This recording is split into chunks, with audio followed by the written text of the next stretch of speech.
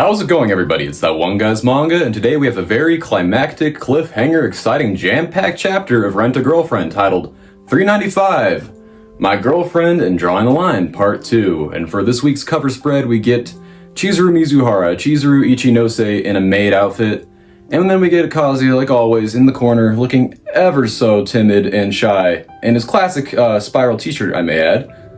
And before we get into the meat and potatoes of the chapter, may you consider subscribing to the channel for weekly Rent-a-Girlfriend content. I think you'll enjoy it.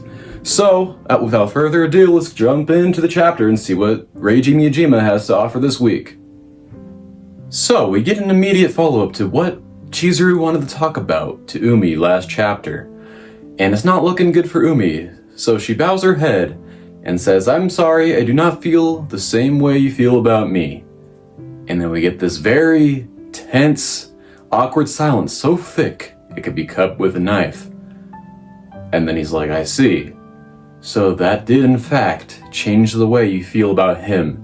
And it does a little flashback to the kiss in the taxi, so this confirms, or at least it implies, that Chizuru did confide in Umi back in 392 when she texted him right after thinking about the kiss.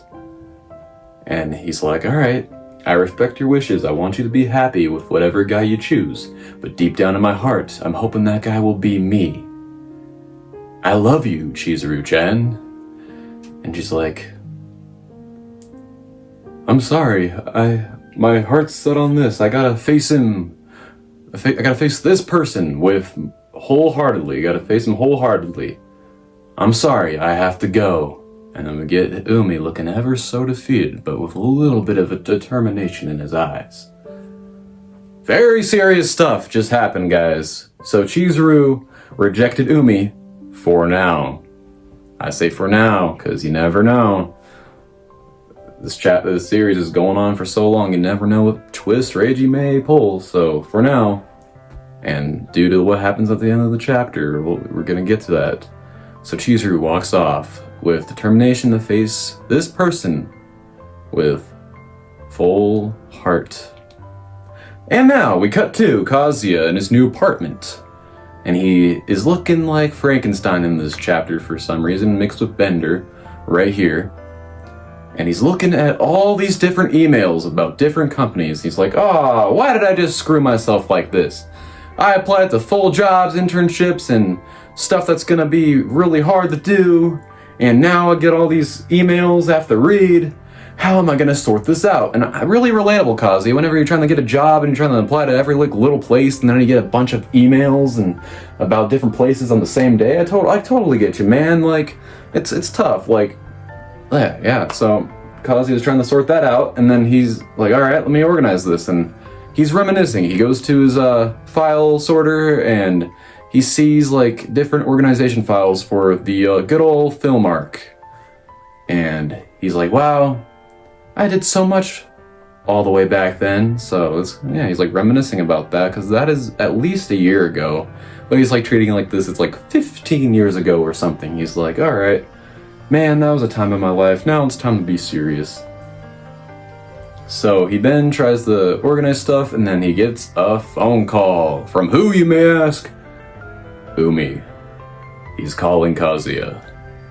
And we have no idea what's gonna happen. He's like, Umi-kun! And that's the end of the chapter, everybody. End of the chapter. Don't you love it? Reiji's just been throwing cliffhangers left and right at us. Getting bigger and bigger every week, it seems. So now, let's get to the predictions!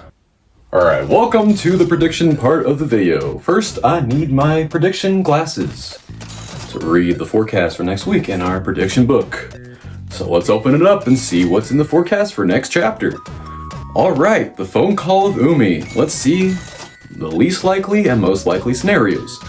So, number 1, Umi's gonna cheer on Kazuya and say, "Alright, it's time for you to be the man for her, and you're gonna go chase after her and get her once and for all."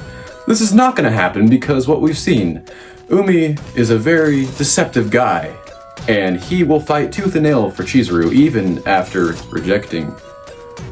Alright, number 2, he's gonna threaten Kazuya. I don't know if he's that evil guy. It's either of a 50-50. He could be like, "Alright, You better let her go, or else I'm gonna bust your kneecaps in with a soccer ball. Number 3, we're gonna get like a boyfriend war.